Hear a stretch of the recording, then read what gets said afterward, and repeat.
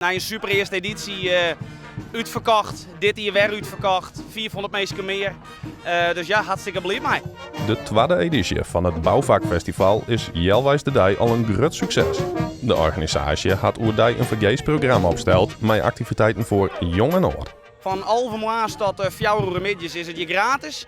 En dan krijg je vereniging uit de omkring krijg je de mogelijkheid om met mezelf te presenteren. Nou, dat Jos die wel, dat is hartstikke mooi. En er is heel veel interesse voor, dus ja, dat gaat hartstikke mooi. En wat zijn de reacties van de mensen tot nu toe? Ja, super. Wat ik ervan, ja, super. Meesten gaan net de volle les van het waren, dus dat scheelt. Dus, en meesten genieten. Ik zou meesten genieten. Het team zit er positief in. We hebben geen groot probleem, dus ja, rit mooi.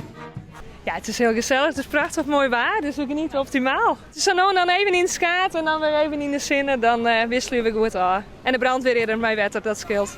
Het publiek vermaakt het haar Satterschien poer best.